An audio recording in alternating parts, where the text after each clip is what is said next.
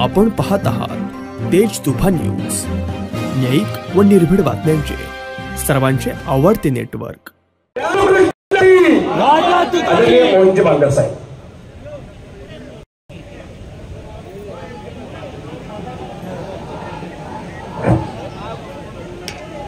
परम पवित्र भगवा ध्वज राजमाता राष्ट्रमाता जिजाऊ साहेब, हिंदवी स्वराज्याचे संस्थापक छत्रपती शिवाजी महाराज, धर्मवीर संभाजी महाराज व हिंदू हृदय सम्राट सरसेनापती वंदनीय बाळासाहेब ठाकरे यांना अभिवादन करतो।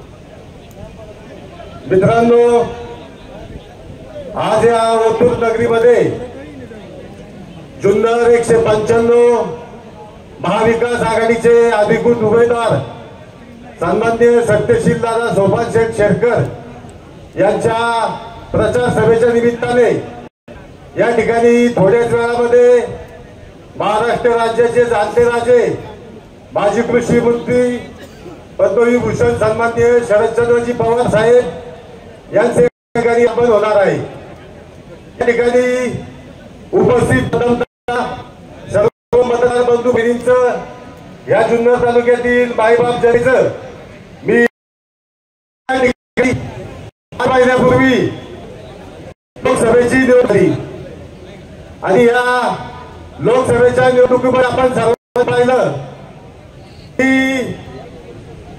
महाआघाडीची या ठिकाणी महाराष्ट्रामध्ये किती सीट आली आणि महायुतीची किती सीट आली।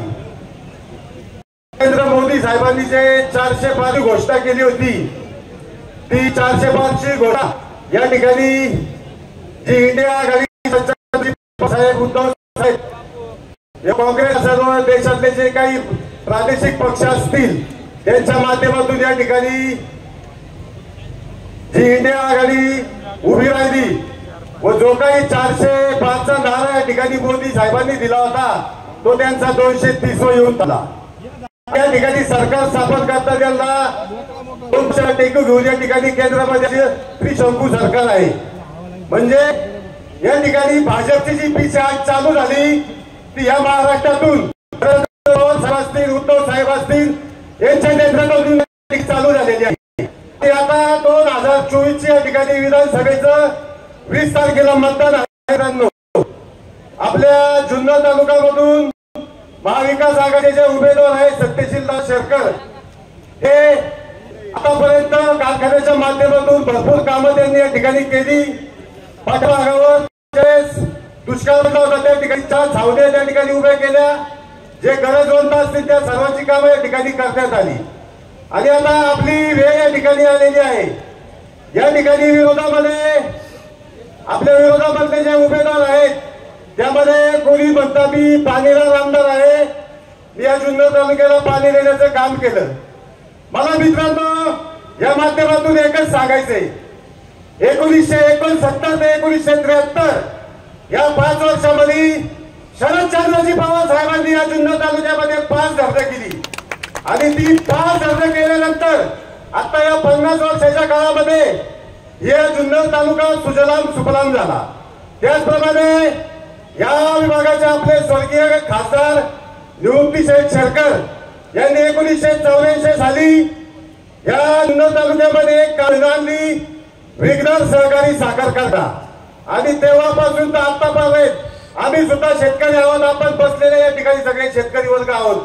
आपल्या जीवनमानामध्ये बदल झाला का नाही झाला?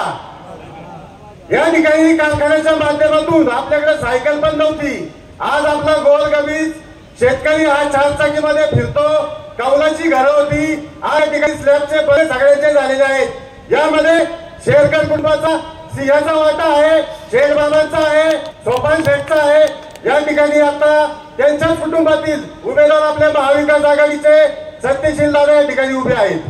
मला दुसरा विषय असा घ्यायचा आहे, या जुन्नर तालुक्यामध्ये 4 तारखेपर्यंत आम्ही माऊली शेठ खंडागळे यांचा फॉर्म भरला होता।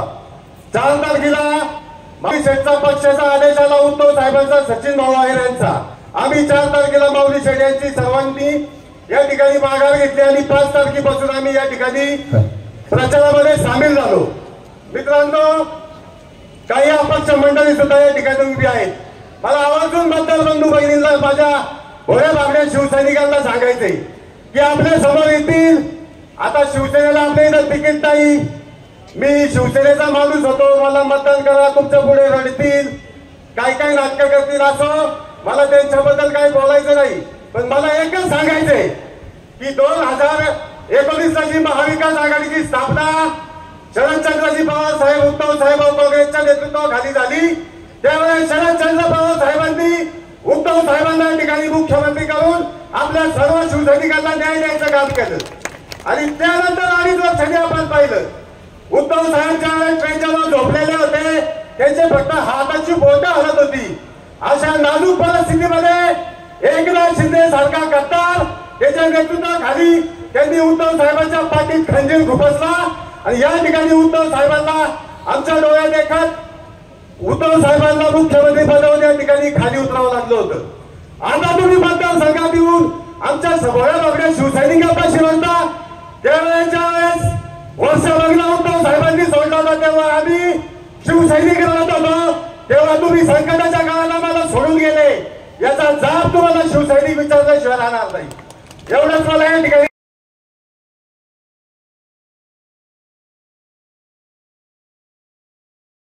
उभ्या महाराष्ट्राचं आराध्य दैवत छत्रपती शिवाजी महाराजांना वंदन करून आपण या कोथरूडच्या नगरीमध्ये 2024 ची जी निवडणूक आहे, त्या निवडणुकीचा नेता मिळवणारी, निवडून आणणारी सगळी कारभारी मंडळी या तालुक्यातली या ठिकाणी उपस्थित आहात. व्यासपीठावर उपस्थित असलेले महाविकास आघाडीचे आणि घटक पक्षांचे आपले उमेदवार सत्यशील दादा शेरकर, त्याचप्रमाणे 2 खासदार निवडून आणणारे आपल्या जिल्ह्याचे अध्यक्ष जगन्नाथ बापू शेवाळे, आमच्या जिल्ह्याच्या अध्यक्ष शेवाळे ताई, व्यासपीठावर आणि मंचावर उपस्थित असलेले शिवसेना, काँग्रेस आणि राष्ट्रवादी पक्षाचे सगळी कारभारी मंडळी. मित्रांनो, निवडणुका लागल्यावर गेल्या 8 महिन्यापूर्वी अमोल कोल्हे यांना सभेचं औचित्य साधून ज्यांचं शुभ आगमन होत आहे, आपल्या जुन्नर तालुक्याचं नाव महाराष्ट्राच्या पटलावरती उद्योग क्षेत्राच्या माध्यमातून उंचवणारे सुप्रसिद्ध उद्योजक आदरणीय श्री बाजीराव शेठ तांगड, आदरणीय तालुक्याचे माजी आमदार बाळासाहेब तांगड यांचे बंधू आणि माताश्रीची एकनिष्ठ राहणारा नेता आदरणीय बाजीराव शेठ तांगड साहेबांचं आगमन निमित्त होत आहे. येणेरून आलेल्या सर्व महाराष्ट्र राज्य बांधकाम संघटनेच्या सर्वांचं मनापासून स्वागत आणि विनंती करतो चौगुले साहेबांना. डॉक्टर अमोल कोल्हे यांना या भूमिपुत्राला आपण 50,000 मताचं आधिक्य देऊन निवडून आणलं. महाराष्ट्रामध्ये पक्षांच्यावर दरोडेखोर टाकण्याचं काम फडणवीस साहेबांनी केलं. त्यामध्ये शिवसेना फोडली, राष्ट्रवादी काँग्रेस मंचावरती जे उपस्थित होत आहेत, संपूर्ण महाराष्ट्र ज्यांच्या विद्यादानानं झळकून निघालाय, मग एमपीएससी असेल, युपीएससी असेल किंवा महाराष्ट्राला विद्यादानाच्या माध्यमातून उंचीवर नेणारे आणि तुफान आपल्या शब्दांनी फटकेबाजी करणारे आदरणीय नितेशजी कराळे सर यांचं स्वागत आपण करूया. जोरदार टाळ्या आदरणीय बाजीराव शेठ तांगड आणि नितेशजी कराळे सर यांच्यासाठी. यानंतर अनंतराव. महाराष्ट्रामध्ये लोकसभेच्या निवडणूक आपण पाहत आहात तेज तुफान न्यूज, न्यायिक व निर्भीड बातम्यांचे सर्वांचे आवडते नेटवर्क.